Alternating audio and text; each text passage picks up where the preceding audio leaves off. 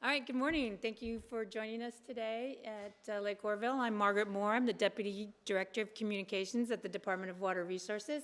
We're here to talk about state water project operations, and we are planning today to open the main spillway gates at noon. And we have Ted Craddock here, our Deputy Director for the State Water Project, to talk about the operations. Thank you. Ted? Great, thank you, Margaret, and good to see everybody today. I'm joined by our leadership with the State Water Project's Operation and Maintenance team. So we have Behzad Sultanzadeh, who's the leader of our Operation and Maintenance Division, Mark Hafner, who leads and oversees our Oroville Field Division operations, and Molly White, who oversees our water operations team for the State Water Project. Lake Oroville, as I think most of you know, is the second largest lake in California with a volume of 3.5 million acre feet. The lake is part of the State Water Project, which is a system that spans the state and provides water to 27 million Californians. An important function of Lake Oroville is that it also provides flood protection for the communities downstream of the lake on the Feather River, specifically the city of Oroville, Yuba City, and other communities. Our flood control operations here at the lake are performed in close coordination with the U.S. Army Corps of Engineers, and we have up to 830,000 feet of space available on the lake that's reserved for flood protection during the rainy season. The lake currently is at 2.7 million acre feet of capacity or water in it, which is an increase of 1.7 million acre feet since December 1, before the storms in December and then our current storms that we're seeing. The lake elevation has also risen 180 feet since December 1, which is currently at an elevation of about 840 feet and 60 feet below the maximum elevation of the lake. DWR and our State Water Project team is closely monitoring the current storms and the upcoming storms. And as of Wednesday, we began increasing releases out of Lake Oroville to preserve storage in the lake for flood protection and risk reduction for the downstream communities. Our modeling over the next few days shows that we expect somewhere from 20 to 40,000 cubic feet a second of water to come into the lake. However, the exact inflow we see will depend upon how these storms materialize, and that's something that we're tracking throughout each day in monitoring.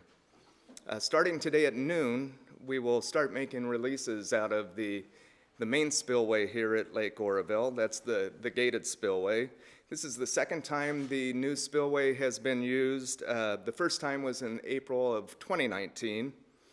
The combined releases from Lake Oroville that are planned today are 15,000 cubic feet per second, and that water will be moved out of the lake both through the main spillway and also Hyatt Power Plant that is also part of the Lake Oroville complex here. The 15,000 cubic feet per second release is a relatively small release through the spillway. The spillway has a total capacity of 270,000 cubic feet per second.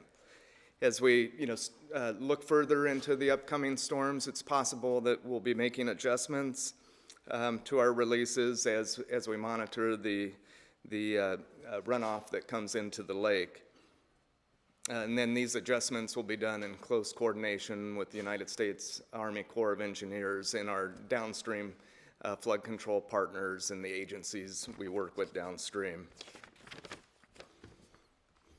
And just wanted to provide a little information on the spillway itself. So the Oroville Dam main spillway was rebuilt in 2017 and 2018. It was rebuilt to the highest engineering and design standards that are expected for this type of facility, with oversight from both federal and state dam safety regulators, and also an independent team of experts reviewed the design and construction. The spillway has an average thickness of concrete of 7.5 feet throughout the chute, and includes improved features to control drainage underneath the spillway as well. Additionally, as part of the reconstruction effort, we installed instrumentation throughout the structure so we can monitor pressure, drainage, and then also monitor the movement of the spillway as well. We have a team of dam safety engineers that are on site today to monitor the spillway as we use it again.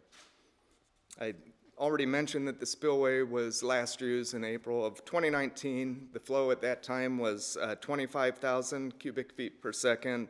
And at that time, we had both the federal and state dam safety regulators on site, a team of independent experts reviewing the performance of the structure, and the structure was found to perform well during that last release. We also test the spillway gates on an annual basis and perform more detailed inspections periodically as well. The last test of the gates was done on December 12th of 2022. And I have just a few facts, kind of statistics about the spillway I wanted to share with you all. So the spillway is just over 3,000 feet long. It's about 180 feet wide. The chute has 612 concrete slabs that are part of it, and 204 wall placements.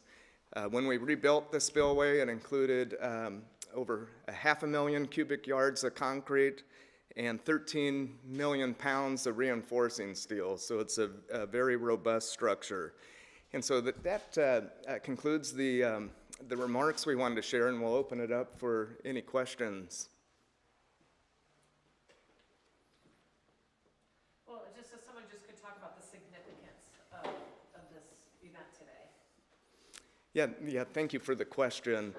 You know, after 3 years of drought and low lake elevations, it's really good to see the lake rising from the standpoint of providing water for the local community and then the statewide water users as well. And then additionally, the lake performs a really important role for flood protection downstream. And so the operation of the spillway is intended to keep the lake at a certain elevation so we can hold reserve storage for upcoming storms to provide flood protection. And by having the reserves, how will that help? I don't know, some people say we're still in a drought, or we're not in a drought, but just helping our situation, how those reserves are going to help, how you're going to be able to keep those. Yeah, so the reserve storage in the lake provides room to handle incoming flows for flood protection. The one benefit we have is that in California, we also have the snowpack in the mountains, so throughout the spring, we'll continue to see inflow into the lake, and we expect to see a full lake as we get out of the rainy season. So the flood protection aspect of this facility is provided during the rainy season, and then once we get past the rainy season, we expect to see the lake fill because of the good snowpack we have here in both the Feather River watershed and then throughout the Sierra Nevadas as well. And so then what will that mean to the state? Yeah, specifically for water users in the state, a full lake reservoir will mean that we'll have additional water supply, particularly more than we've had the last few years of the drought, to help the 27 million Californians that depend upon water supply from this facility. Anybody else wants to ask any questions? What would you like the community, the immediate community here to know? Obviously, they went through the spillway crisis, and this is a first, in several years now. So, is there anything you would like them to know about this today?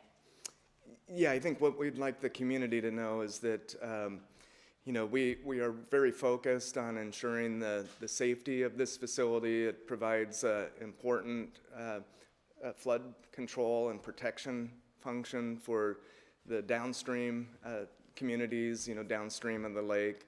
We have a team that is closely monitoring not only operations but the facility, all with the intent to ensure that this dam and lake and the facilities are safe, and we want the community to feel that we are really focused on ensuring that this facility operates as planned and safely.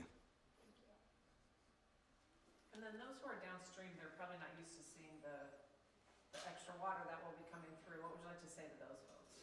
Yeah, so as part of our operations the last few days, we started incrementally releasing water from the lake, and we started with 1,000 cubic feet per second, increased to just over to 35,000 or 3,500 cubic feet per second, 7,000 yesterday, and so these increases have been meant to, gradually rise the river elevation so that there's an awareness that, there'll be increased flows in the river.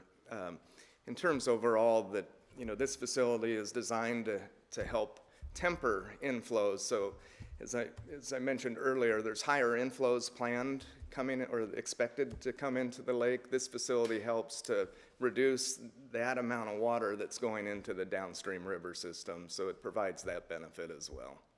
So you may have seen how this is making national news, right? And those dramatic pictures. So that you have the pictures of it in 2021 and pictures of it now. So when you see that back-to-back and the differences in the lake level and that sort of thing, like what do you think? Like, what's your reaction to that? Well, I think here in California, we're used to the swings between, dry weather and wet weather. What we've been seeing the last couple of decades is even more extreme swings between, drought conditions and very wet conditions. We had a 3-year drought from 13 to 15, followed by record-breaking precipitation in 2017. And then the last 3 years included, the driest 3 months on record in January through March of last year, and the driest precipitation or rainfall in the Feather River watershed. So I think, those extreme swings are something that are important for us to be aware of, and as we, plan for both flood protection and water supply for the state, that we're thinking about that and planning our overall water supply, given the new reality that we're dealing with of more extreme swings between both drought and wet conditions. So I imagine you prefer these wet conditions. Yeah, from a water supply perspective, the rainier conditions are better for California from that perspective. Will this release have any impacts on recreation at Lake Oroville? Yeah, so we're expecting the lake to reach full capacity later this spring and summer, which will provide opportunities for using the lake while it's full to recreate. The lake has a tremendous amount of recreational opportunities spread throughout it, and so it's a really nice facility for those to visit and come enjoy the outdoors here on Lake Oroville.